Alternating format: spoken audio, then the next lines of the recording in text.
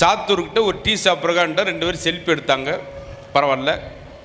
வண்டிக்கிட்ட வரும்போது குறுக்க வந்து ஒரு 2 பேர் செல்ஃபி எடுத்துகிட்டு ஒத்த வார்த்தை கேட்டேன். எனக்கு படபடன்னு வந்துருச்சு. நீங்கள் யாருன்னே அப்படின்னா பார்த்தீங்களா, இன்ன வரைக்கும் சிரிக்காத ஆள் நான் அவமானப்பட்டோன்னா அவ்வளோ சந்தோஷப்படுறேன். இன்றைக்கி அப்படி தான் ஆயிடுச்சு. ஒரு இடத்துல 85 ஜோக் சொன்னி எவனும் சிரிக்கலை. வரும்போது கீழே விழுந்துட்டு அப்படின்னு கக்கன்னு உருண்டு சிரிக்கிறான். அந்த மாதிரி நேரத்தில் இந்த அமைப்பு நிறுவன தலைவர் சொல்லணும், நாம் சந்தோஷமான இடத்துல இருக்குன்னு நினைக்கிற விட நாம் இருக்கிற இடத்த சந்தோஷமாக வச்சுக்கிற நினைக்கிறதா இருக்கிறதுலே ரொம்ப மேன்மையானது. வந்தோம் நம்மளுக்குள்ளேயே பேசணும், நம்மளுக்குள்ளேயே போகணும் இல்லாமல் இந்த விழாவின் மூலம் நிறையா பேர் பயனடையணும், நலத்திட்டங்கள் வரணும். ஒவ்வொரு மாவட்டத்திலும் இந்த செயலை பல்வேறு வேலைக்கடையில் செஞ்சு வராங்க. இந்த இளைஞருடைய வீரியத்தை பார்க்குறேன். நம்ம அமைப்பில் இருக்கும் எல்லாருக்கும், ஏன்னா எல்லாரும் பேர் என்னால் சொல்ல முடியல, சொன்னதாக நினைச்சுக்கொள். இந்த மேடை ரொம்ப அழகான மேடை. எத்தனையோ விஷயத்துக்கு போகிற அது கிடையாது. இதெல்லாம் நாங்கள் பணத்துக்காக போகிற மேடை உண்டு, ரொம்ப மனத்துக்காக வர்ற மேடை சில மேடை உண்டு.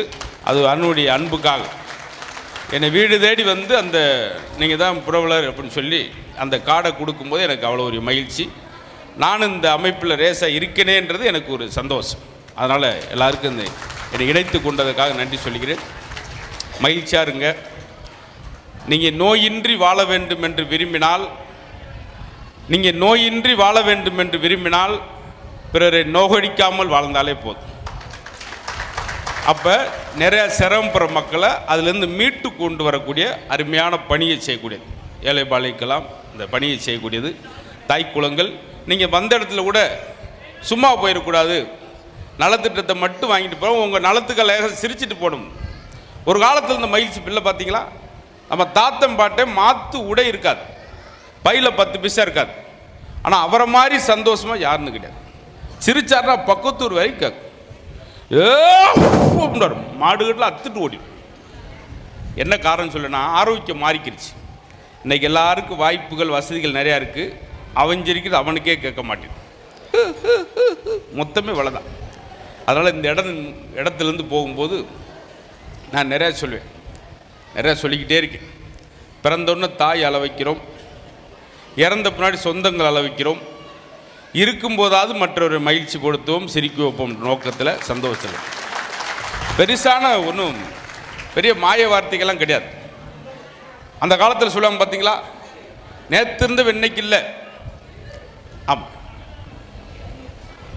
இல்லை கிளியராக கேட்குதா உங்களுக்கு? இல்லை எனக்காக மண்டையாட்டுறீங்களா? இல்லை நான் வருத்தப்படுன்றதுக்காக சிரிக்கிறீங்களா?